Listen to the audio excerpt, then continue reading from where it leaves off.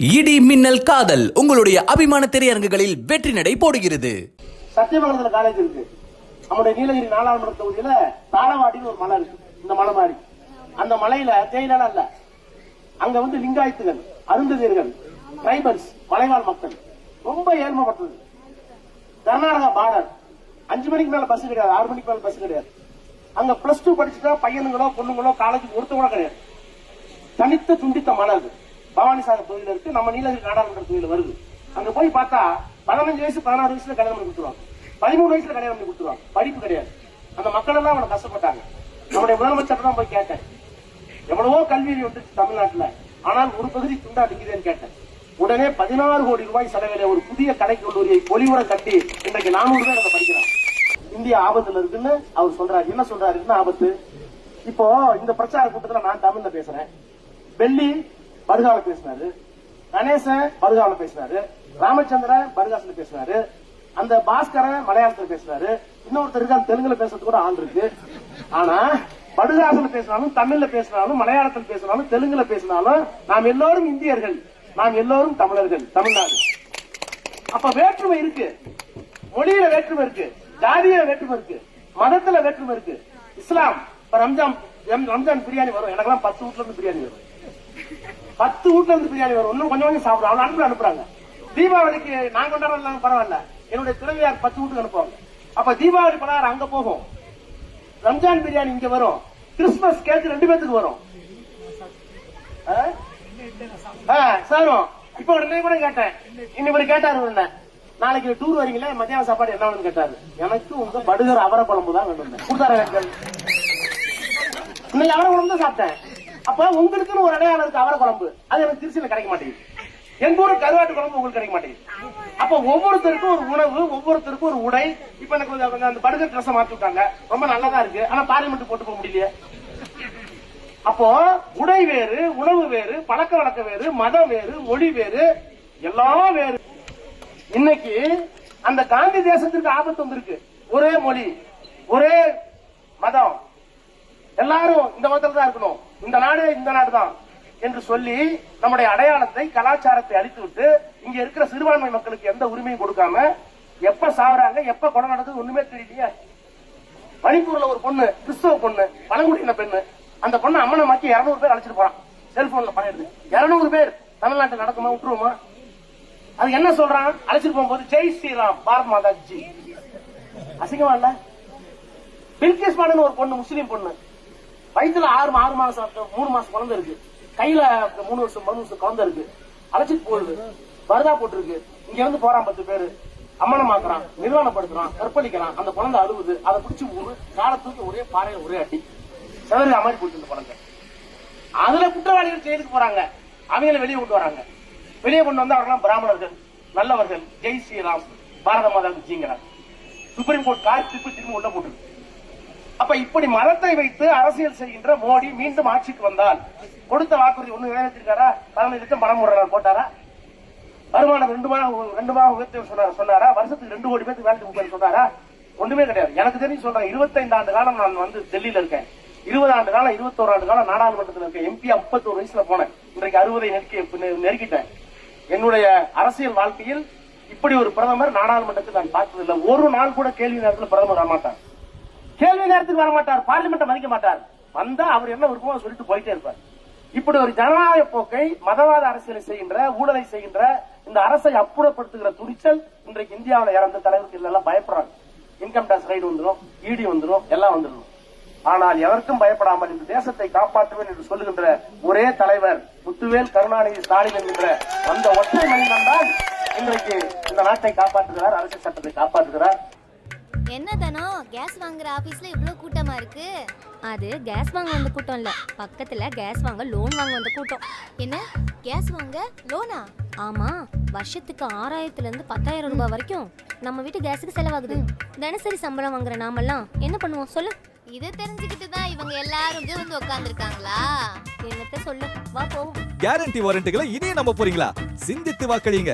இந்தியாவை காக்க ஸ்டாலின் அழைக்கிறேன். வணக்கத்தை தெரிவித்துக் கொள்கிறேன்.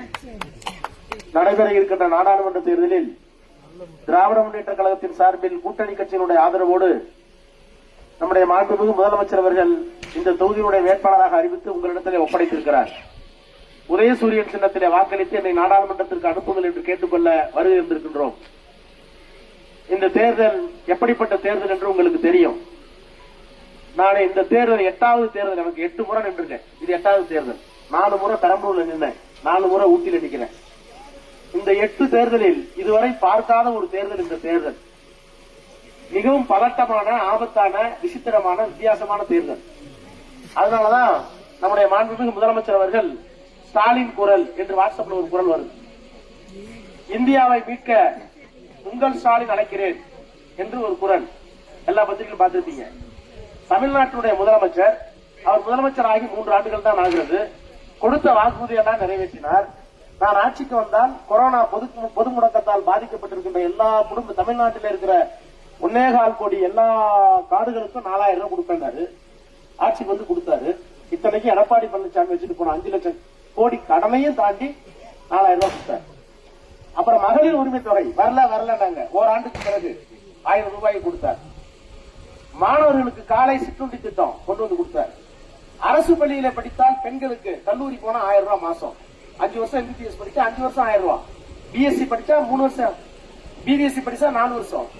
மாணவர்களும் கேட்டாங்க, இப்ப மாணவர்களுக்கு கொடுத்தார். இப்படி அவருடைய நலத்திட்டங்கள் எல்லாம் சொல்லிட்டே போலாம். ஒரு பக்கம் நலத்திட்டங்கள், இன்னொரு பக்கம் போறாரு நரிக்குற ரூட்ல போய் சாப்பிடுறாரு. அந்த மக்களை எஸ்டி ஆகணும்னு கேக்குறாங்க, அழைச்சிட்டு போய் பாக்குறாங்க.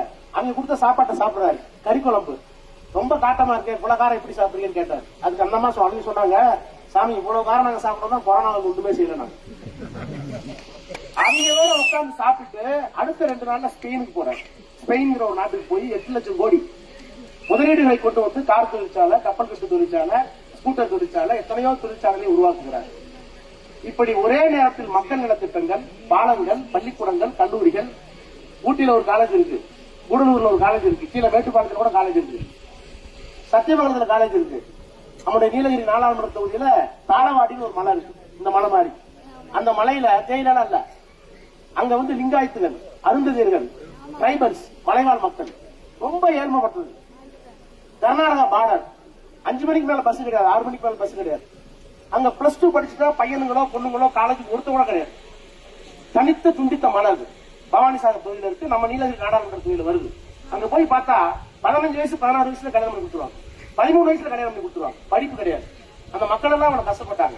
நம்முடைய முதலமைச்சர் தான் போய் கேட்டேன், எவ்வளவோ கல்வி வந்துருச்சு தமிழ்நாட்டுல, ஆனால் ஒரு பகுதி துண்டா நிக்குதுன்னு கேட்டேன்.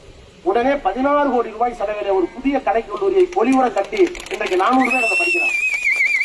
இதையெல்லாம் எதுக்கு சொல்றேன்னா, எல்லாமே செஞ்சுட்டு இருக்காரு. நான் தமிழ்நாடு நல்லதா இருக்கு, ஆனால் ஸ்டாலின் குரல் எதற்காக அப்படின்னு சொல்லணும். இந்தியாவை காக்க உள்ள நான் நினைக்கிறேன் என்று ஸ்டாலின் நினைக்கிறேன் ஏன் சொல்லணும்? இந்தியா ஆபத்துல இருக்குன்னு அவர் சொல்றாரு. என்ன சொல்றாரு? என்ன ஆபத்து? இப்போ இந்த பிரச்சார கூட்டத்தில் நான் தமிழ்ல பேசுறேன், வெள்ளி படுகால பேசினாரு, கணேசன் படுகால பேசினாரு, ராமச்சந்திரன் படுகாசுல பேசினாரு, அந்த பாஸ்கரன் மலையாளத்துல பேசினாரு, இன்னொருத்தர் இருக்காரு தெலுங்குல பேசுறது கூட ஆள் இருக்கு. ஆனா படுகாசுல பேசினாலும், தமிழ்ல பேசினாலும், மலையாளத்தில் பேசினாலும், தெலுங்குல பேசினாலும் நாம் எல்லோரும் இந்தியர்கள், நாம் எல்லோரும் தமிழர்கள், தமிழ்நாடு. அப்ப வேற்றுமை இருக்கு, மொழியில வேற்றுமை இருக்கு, ஜாதியில வேற்றுமை இருக்கு, மதத்துல வேற்றுமை இருக்கு. இஸ்லாம் ரம்ஜான் பிரியாணி வரும், எனக்கெல்லாம் 10 வீட்ல இருந்து பிரியாணி வரும், 10 வீட்ல இருந்து பிரியாணி வரும். இன்னும் கொஞ்சம் கொஞ்சம் சாப்பிடுவோம், அவங்க அனுப்புறாங்க. தீபாவளிக்கு நான் கொண்டாடுறாங்க பரவாயில்ல, என்னுடைய துணைவியார் 10 வீட்டுக்கு அனுப்புவாங்க. அப்ப தீபாவளி பலகாரம் அங்க போகும், ரம்ஜான் பிரியாணி இங்க வரும், கிறிஸ்துமஸ் கேக் 2 பேத்துக்கு வரும். சாரும் இப்ப உடனே கூட கேட்டேன், இன்னொரு கேட்டாரு, நாளைக்கு டூர் வரீங்களே மத்தியான சாப்பாடு என்ன வேணும்னு கேட்டாரு. எனக்கு உங்க படுகிற அவரை குழம்பு தான் வேணும் கொடுத்தாரு. இன்னைக்கு அவரை குழம்பு தான் சாப்பிட்டேன். அப்ப உங்களுக்குன்னு ஒரு அடையாளம் இருக்கு, அவரை குழம்பு. அது எனக்கு திருச்சியில கிடைக்க மாட்டேங்குது. எங்க ஊரு கருவாட்டு குழம்பு உங்களுக்கு கிடைக்க மாட்டேங்குது. அப்ப ஒவ்வொருத்தருக்கும் ஒரு உணவு, ஒவ்வொருத்தருக்கும் ஒரு உடை. இப்ப எனக்கு அந்த படுகர் ட்ரெஸ் மாத்தி விட்டாங்க, ரொம்ப நல்லதா இருக்கு. ஆனா பார்லிமெண்ட் போட்டு போக முடியலையே.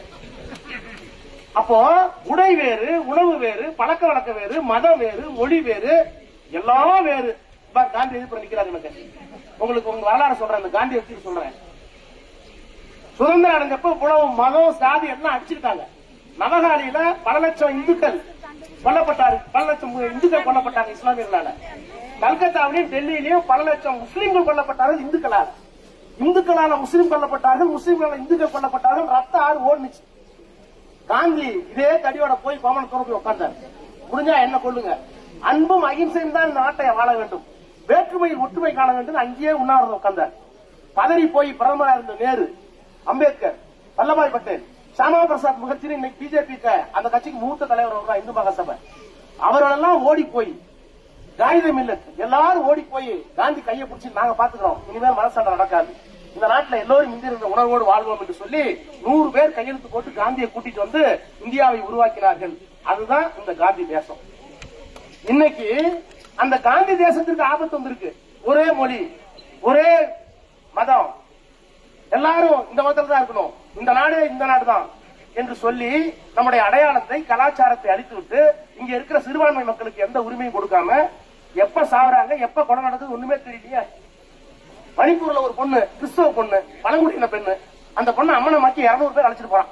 செல்போன்ல படம் எடுத்து 200 பேர் தமிழ்நாட்டில் நடக்குமா, விட்டுருவோமா? அது என்ன சொல்றான், அழைச்சிட்டு போகும்போது ஜெய் ஸ்ரீராம் பாரத் மாதா ஜி. அசிங்கமா இல்ல?